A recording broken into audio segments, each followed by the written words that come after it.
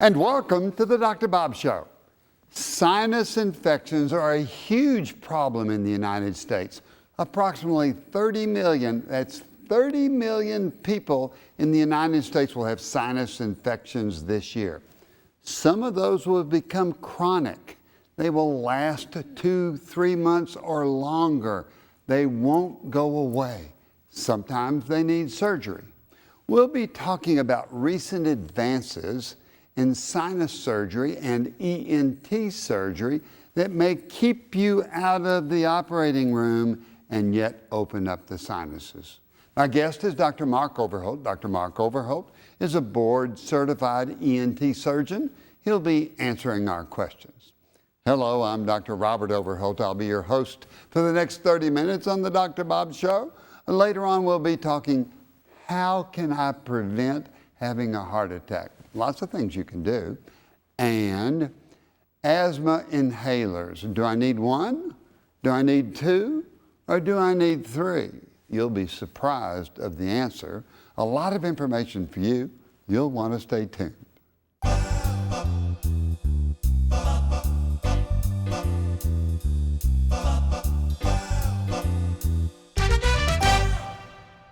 We're talking with Dr. Mark Overholt, board-certified ear, nose, and throat surgeon, and we're going to be talking about some recent advances. Mark, welcome to the Dr. Bob Show. It's great to be here again. Always nice to have you, a great teacher. Tell me about sinus disease. 30 million people will have it. Some become chronic. What do we do with chronic sinus disease now? Well, sinus disease is, as you know, one of the major afflictions in our country that keeps people out of work, makes them feel poorly, and we start with this general same approach that you and I have talked about in the past. We'll see people who come in with stuffy noses, and we have to ask the question, is this an allergic problem, or is this an infectious problem, or how does the immunology play into the sinus problem? And so we typically start out with people taking nasal sprays, nasal medications to try to minimize nasal swelling and try to break the cycle of recurring infection that may be plaguing them. And if that doesn't work, then antibiotics are added to the armamentarium so we can kill the infection. And some people will have infections that recur, might need a procedure if the medications don't break the cycle of recurrence, or some people have infections that simply don't clear.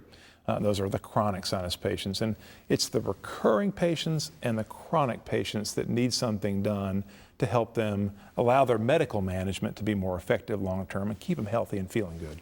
So is the key issue of somebody that's got chronic sinus infection, is that opening up that sinus after you've done all the medicines and they're not getting better? Do you have to open up the sinus to make it where there's air that gets in? That's exactly right.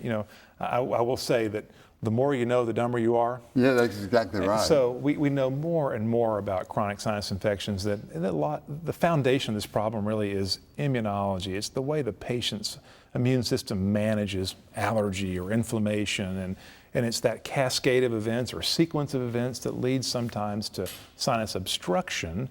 And obstruction is where the surgeon comes in and can help the patient who cannot get well because their sinuses don't drain the way they're supposed to, and that post-obstructive moment is where they get infections that don't cure, or don't clear, rather. So if somebody has chronic obstruction, how do you know they've got chronic obstruction? You look in there and see, or you have to get a CT scan, or you guess?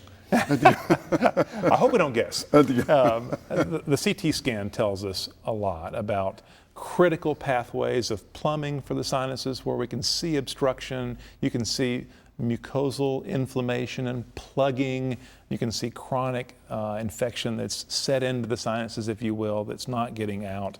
And when you see that, you know those patients are not going to do well on medical management alone. That you can treat them, and for the moment they may be well, but it won't be long until they're back in your office saying, hey doc, I was better for a brief period of time, but I'm back feeling poorly again. We'll talk a little bit later on the operating room. What are the advances of sinus surgery or ENT surgery that can now be done in the office? It couldn't have been done 10 years ago.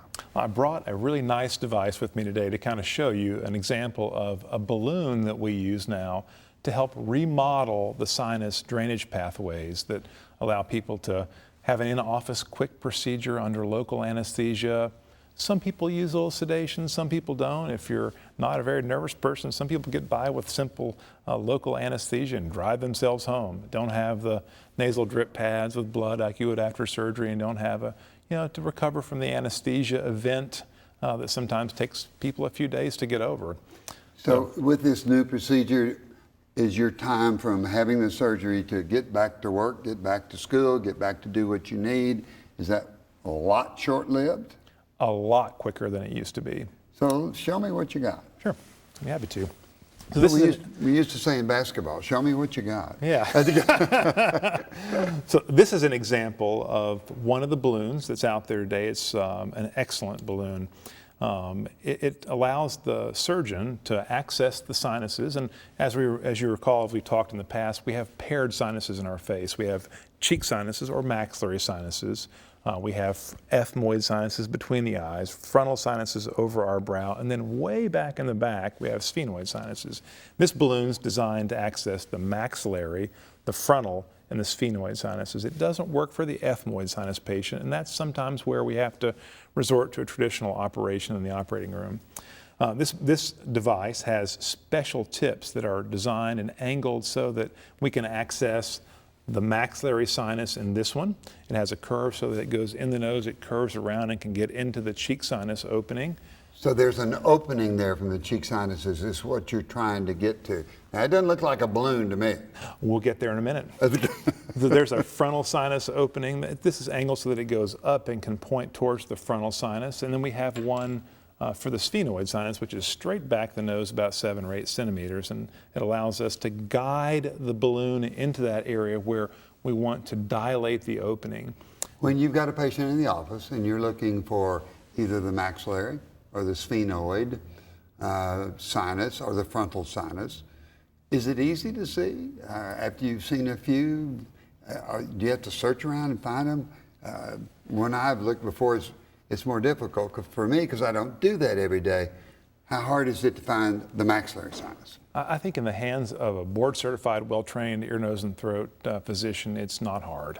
This is sort of, we've done traditional operations for years, and so we know where the anatomy is, and this is an extension of the knowledge that we have of the way the sinuses are built. And so using that knowledge and using our experience and using the CT scan, you know exactly where to place the balloon. And this device is really neat. It has a little guide wire that's actually attached to a fiber optic light, and you can pass the wire out the tip, and it allows you to probe. It's a very soft wire, so it can't make a pass below the mucous membrane of the sinus. It'll find its way and sneak into the opening, if you will.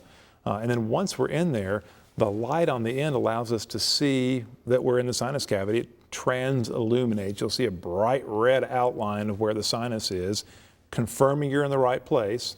And then you simply pass the balloon over the wire into the sinus cavity. So this is going to be the balloon right here? That's correct. It's now... It's deflated. It's deflated.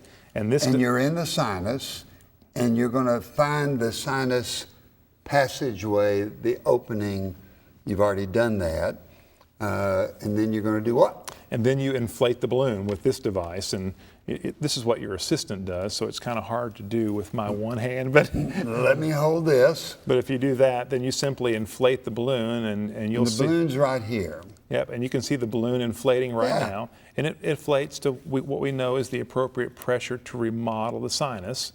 That's a 6 millimeter diameter balloon, which is sized so that if we create that passage, we know that remodeling that opening in the maxillary sinus, it will stay open and provide good drainage and ventilation, and will break the cycle of recurring infection or chronic infection for people that have maxillary sinus infections. So in the old days, you had to cut open the sinus opening. Now, in the office, you can open that with a balloon, similar to balloon angioplasty for the heart. True. The difference in this circumstance is that the door, if you will, that opens into the sinus is composed of a thin bone.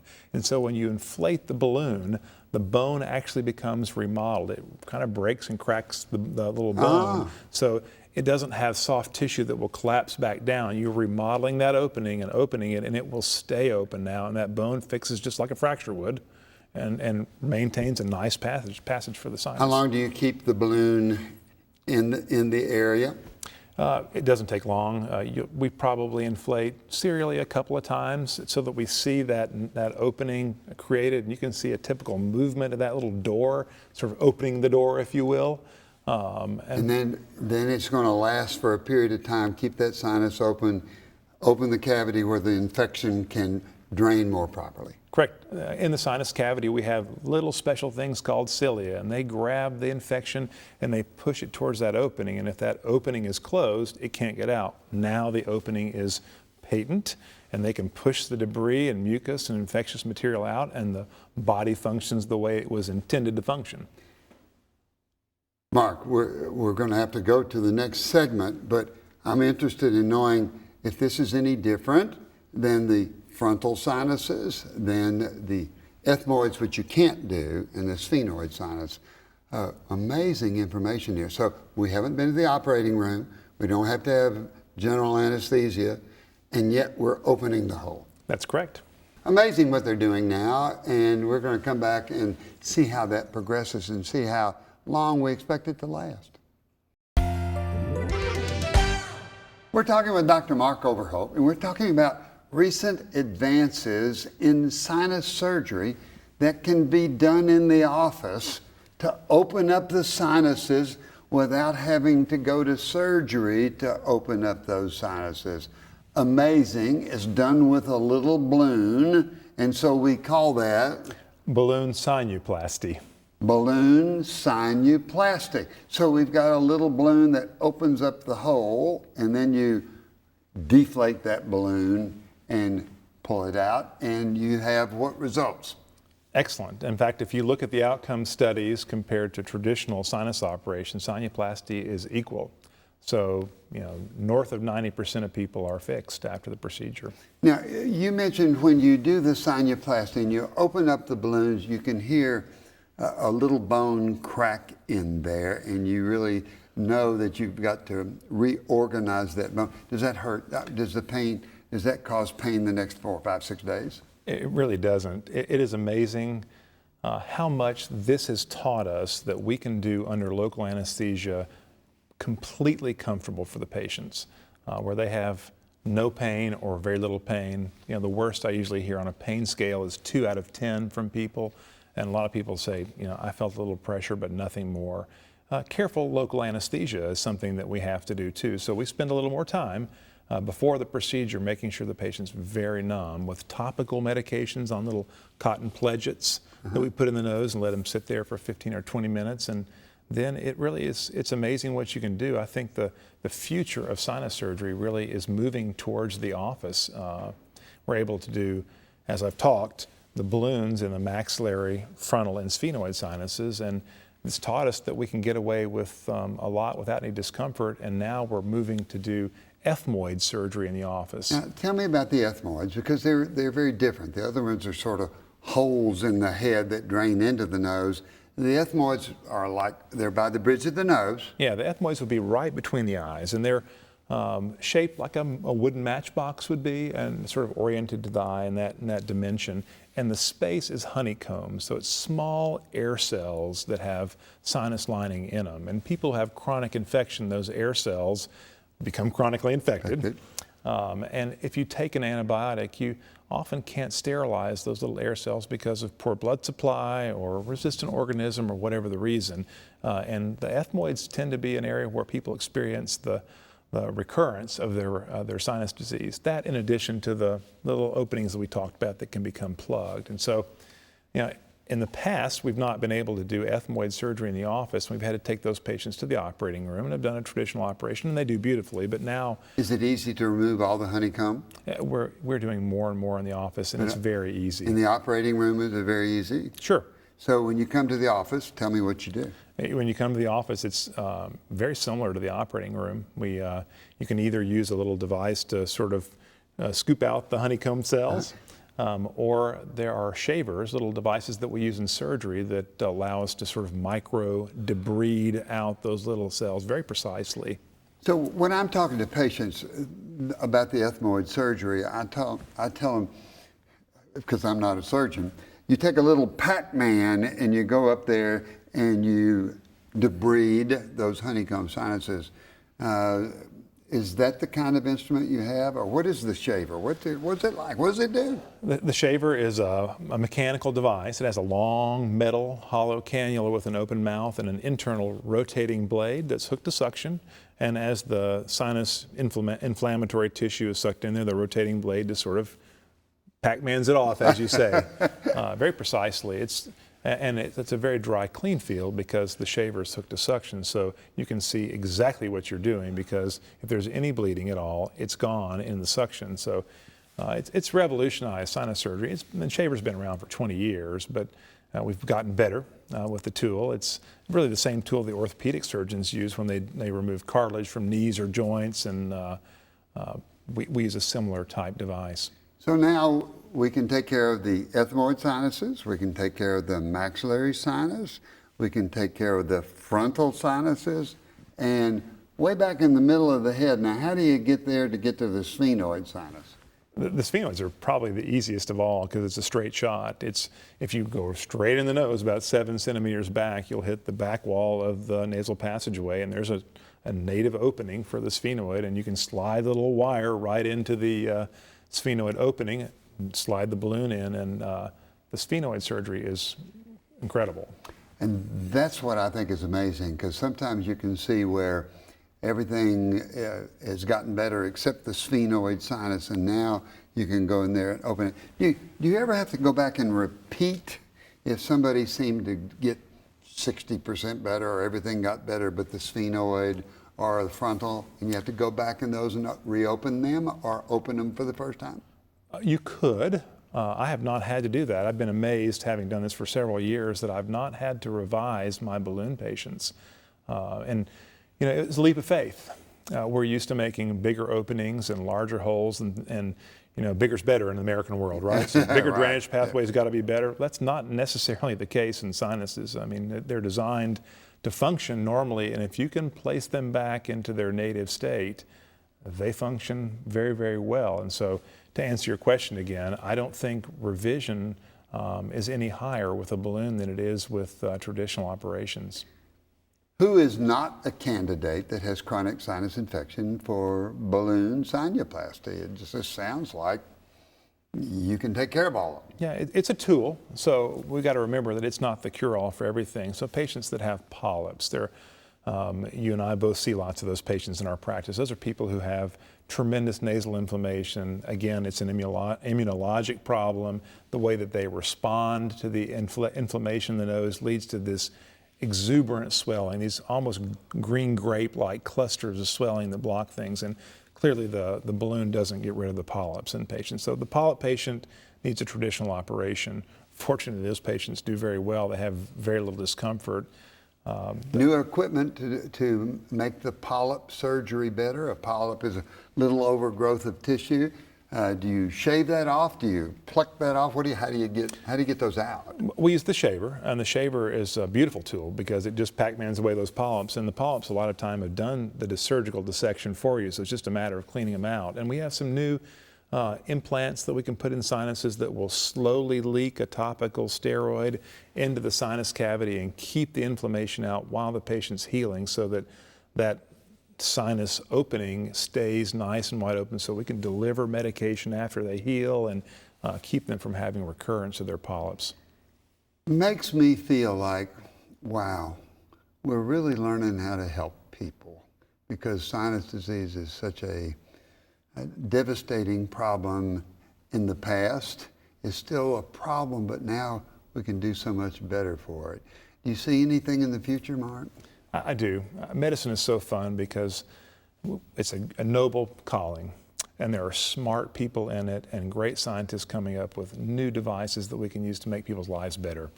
We're using the balloon now in final experimental studies on people that have pressure equalizing problem in their ears.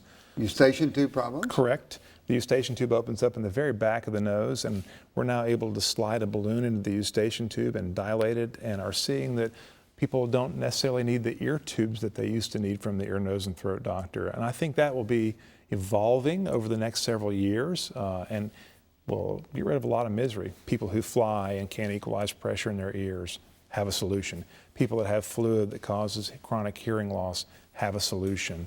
And if they want to go be a scuba diver and they can't do that with an ear tube in place, now we have something that will allow them to lead a normal life that will be the same as yours and mine without any compromise. Must feel wonderful. Any age restrictions on the sinuplasty? No, sinuplasty I think initially evolved looking for patients who couldn't go to the operating room because they were medically infirm, but they were still sick and we had to do something to help them. And the tool kind of evolved, and now as we've watched the success from the balloon sinuplasty cases, it's applicable from childhood to adulthood. Obviously the little guys and gals who get it need probably anesthesia, but teenagers and up, it's something that can be done in the office. Mark Overholt, you've taught me a lot. You're a great teacher. Thank you for coming to the Dr. Bob Show. I always enjoy having you here because we always learn. It's my pleasure. Amazing what the ear, nose, and throat surgeon can now do to help people that have chronic sinus disease and in the future maybe chronic eustachian dysfunction. Now you're going to want to stay tuned because we're going to be talking about how can I keep from getting a heart attack and asthma inhalers. Do you need one? Do you need two? Or do you need three? You'll want to stay tuned.